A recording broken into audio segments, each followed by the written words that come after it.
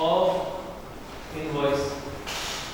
जी rectify करने के बाद कितना ऐड करूंगा इसमें 720। पॉइंट नंबर 2 देखिए, पॉइंट नंबर 2 में अनलिस्टेड पर्संस को जो सेल्स की थी उसमें 365% बचता था। है ये तो ये पॉइंट नंबर एक मिनट पॉइंट नंबर क्या है, supply the taxable goods to unregistered person input sale of 365 to end consumer. इसमें फर्दर टैक्स लगना है तो इसको रजिस्टर्ड ही मान लो, इसमें 18% तो लगना है। क्या ये एंड कंज्यूमर्स को जो चीज बेचते हैं उसमें फर्दर टैक्स लगता है? ऐसा वाला इसमें फर्दर टैक्स नहीं लगता। तो कह नहीं सकते इसकी वही ट्रीटमेंट हमें रजिस्टर्ड सेल्स की होती है, 18% तो लगना है ना इसमें, रजिस्टर्ड पर 18% लगता है। तो ये इसी में ऐड ना कर दो रजिस्टर्ड में, हमें बात समझिए। देखो रजिस्टर्ड सेल्स की ट्रीटमेंट क्या है, कितना टैक्स बनता है उसमें आउटपुट, अनरजिस्टर्ड में कितना होता है +4। क्या एंड कंज्यूमर को सेल करना अनरजिस्टर्ड कहलाता है या फर्दर टैक्स लगता है? नहीं लगता। ये देखिए तो सिर्फ कौन सा टैक्स लगेगा 80% वाला, जो रजिस्टर्ड में कौन सा लगता है? तो सेम सेम नहीं हो गया सेम सेम। तो मैं आसानी से कर दूं, यहां लिख देता हूं cell to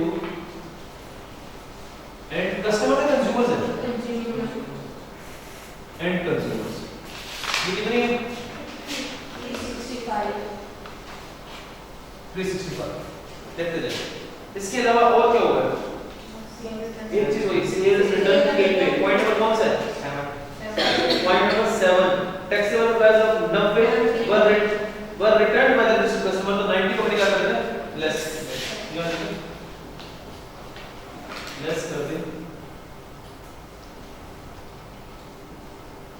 sales return bye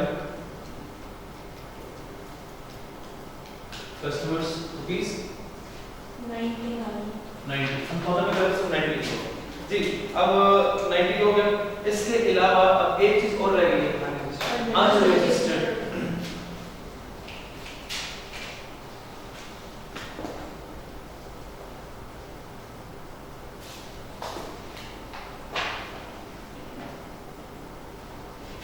taxable unregistered sales, ये अनरजिस्टर्ड में 80% भी लगेगा और ये कितने अमाउंट है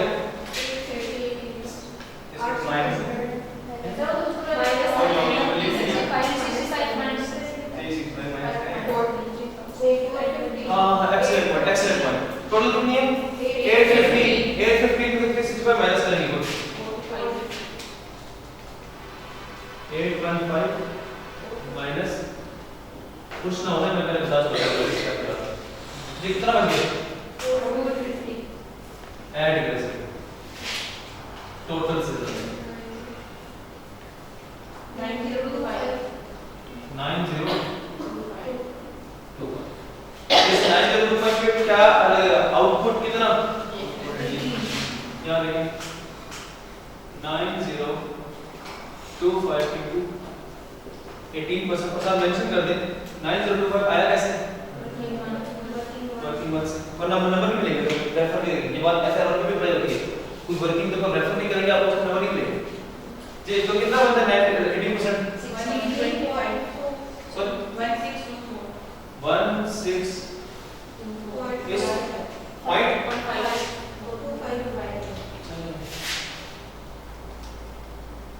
अब इस 1625 पे एक और काम भी कर सकता हूं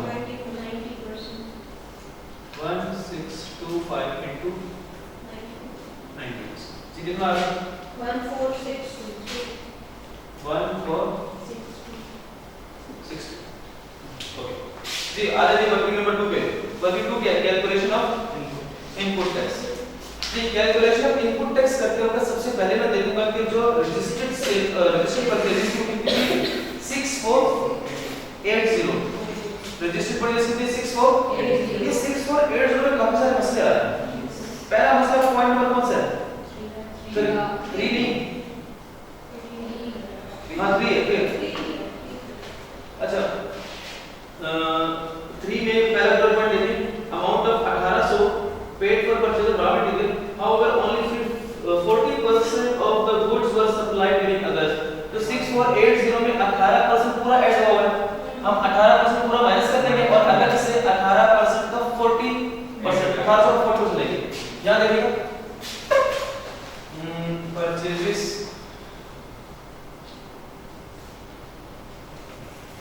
रजिस्टर्ड वाले टोटल कितनी थी? 6480 इसमें से कितना माइनस हो जाएगा? 1800 और अलग से 1800 का नाम क्या है? चलिए इसका नाम करिए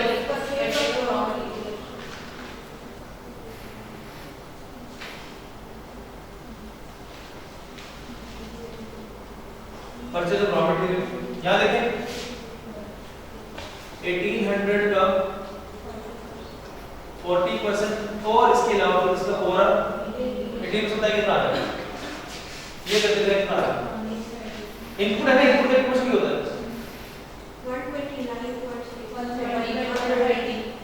130 उसमें भी और लिस्ट होनी है। सेकंड पॉइंट पर पढ़ें goods worth 1200 against this discrepancy indicate कि 1200 को क्या करना है हमें लेस कर देना है। अब जो आएगा बचेगा उस पे 18% पता है कितना बनता है?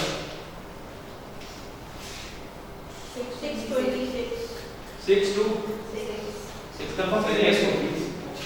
हां ठीक है जी। अब ढूंढते हैं परचेज में नंबर 4 देखें। नंबर 4 में जो मशीनरी खरीदी थी इसका वो अलग से करना है। नंबर 5 में input tax amount 120 was paid on 15 March but in amount it could not be claimed in March and thereafter। तो मुझे बताएं ये जो input tax not claimed in March ये हम क्या करेंगे?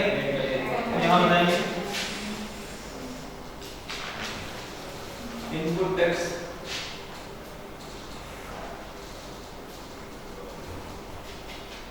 नॉट अमाउंट दे दी उसने मुझे कितनी अमाउंट है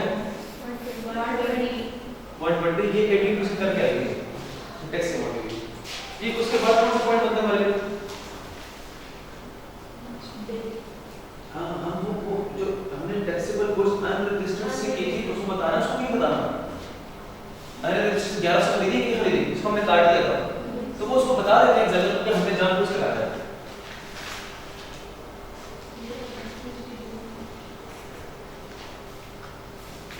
परचेजेस की लिखेंगे अनरजिस्टर्ड से उसके अलावा और क्या है?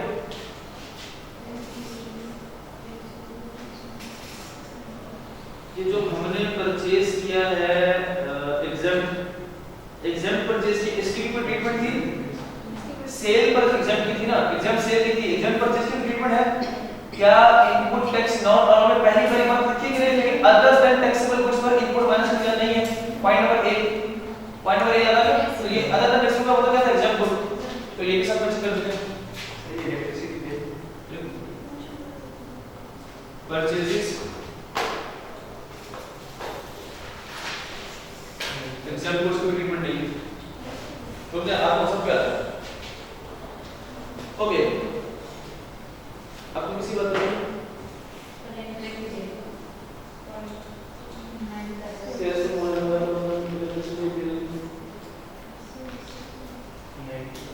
हाँ इसका क्लेम होगा सेक्शन 7 के प्लानिंग होता है इसका प्रीलिमिनरी रिक्वायरमेंट जैसे क्लेम होगा। कितना अमाउंट है? 95 इसका नाम लिख देते हैं परचेजेस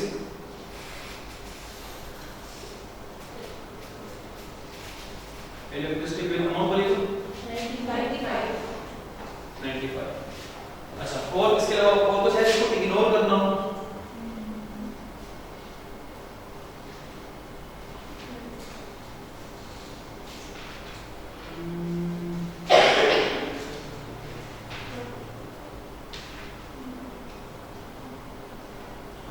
ये जो 1200 हमने माइनस किया है तो 1200 अलग से बताना नहीं बताना होगा वो 1200 माइनस के ऊपर डिस्क्रिपेंसी इंडिकेट तो वो भी हमें बताना है कि इसकी इनपुट अलाउ नहीं है ऊपर से माइनस करने का क्या लिखना होता है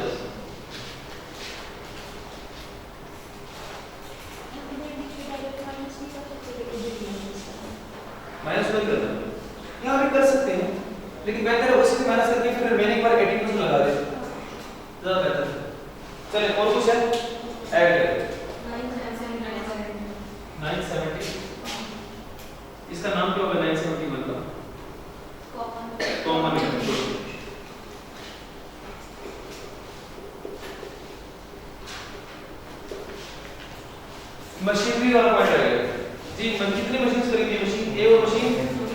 बी।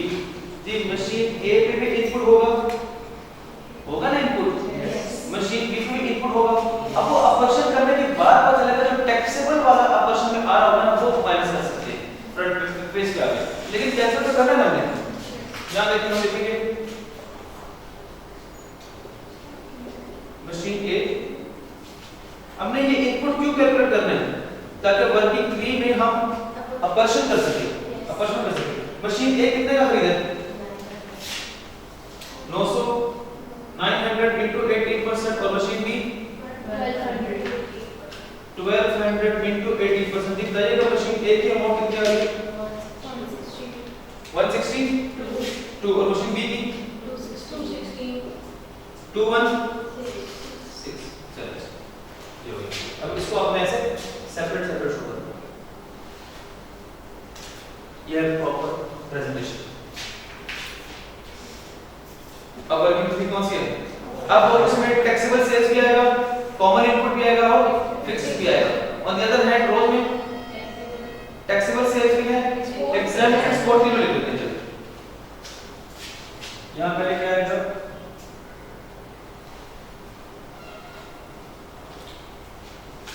अच्छा इस टैक्सेबल सेल्स का अमाउंट क्या लिख सकते हैं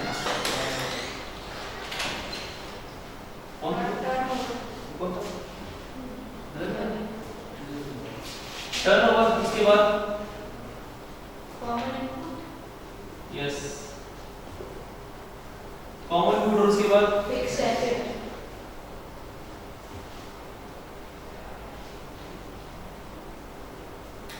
फिक्स्ड एसेट्स। यहां पे क्या क्या आएगा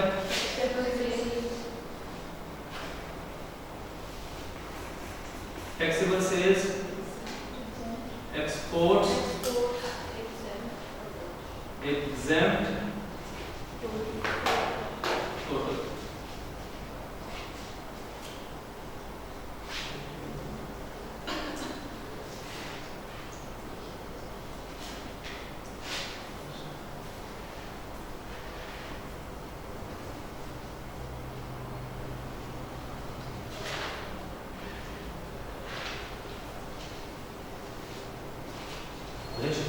डेटा कैसे केवल हमारे पास बस आखिरी 5 मिनट बस बर्दाश्त करना है 5 मिनट। जी हमारे पास टर्नओवर टैक्सेबल सेल्स है कितने हैं 9025। इसके साथ एक और भी रेफर करें कहां से है और इसके बाद एक्सपोर्ट्स केवल एक्सपोर्ट्स नहीं सुन हां एग्जाम्पल है ठीक एग्जाम्पल कितनी है 800। एक्सपोर्ट्स नहीं है तो फिर यहां भी डैश 800 टोटल करें 9825। अच्छा कॉमन इनपुट का टोटल कितना है मेरे पास 971 का रेफर करें कहां से है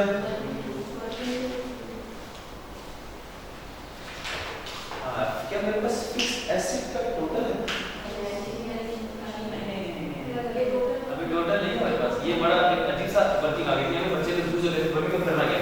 अब जरा पढ़ते हैं मशीन ए किस किस में इस्तेमाल हो रहा था सिर्फ और सिर्फ किस में सिर्फ टैक्सेबल में और मशीन बी किस में एग्जाम्पल में। जरा मौका दिया करके क्या अपवर्शन होना या नहीं होना लेकिन होना होगा पेपर में एक बार कर लेते कहीं टोटल तो ना कर देते।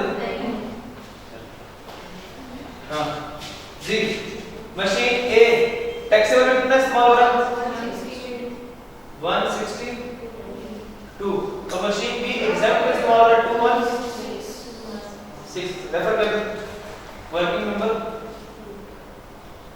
2 सर वैसे एक होता है कि एक मशीन जो है तो एक्सपोर्ट के लिए इस्तेमाल होती है और साथ एग्जाम के लिए इन दोनों में कोशिश करते हैं। हां फिर कोशिश करते हैं एक्सपोर्ट का कितना यहां पे नहीं हम अलग से कैलकुलेशन करते हैं यहां पे टोटल कितना लिखते हैं हम कैलकुलेशन करते वक्त कोई भी लिखते हैं हां जिस तरह पीछे सॉल्व किया याद है बात इस तरह कॉमन सेंस में अच्छी तरह बताओ कर सकते हैं भूल तो सकते हैं ये बकरार और इसमें है वो घूम गए ये समझ आ रहा है? Yes. ये वाली चीज है, टोटल कॉलम में लिखना जी। करें क्वेश्चन 892. कंफर्म कीजिएगा। अच्छा कैसे आया, चलें ये भी लिख देते हैं। 9025. 9025 डिवाइडेड बाय 9825. 9825 इनटू 971. 971। आंसर क्या है?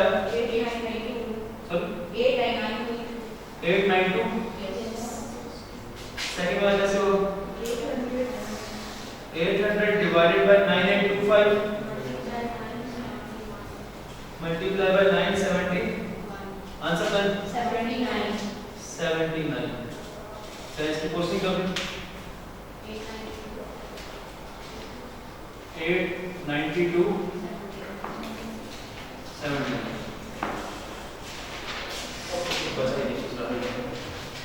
जी फेस क्या है? एक्चुअल कितना है? 898. एक्चुअल है 892। रेफर कर दें। क्या ब्रॉड फॉरवर्ड था? Yes. 255 का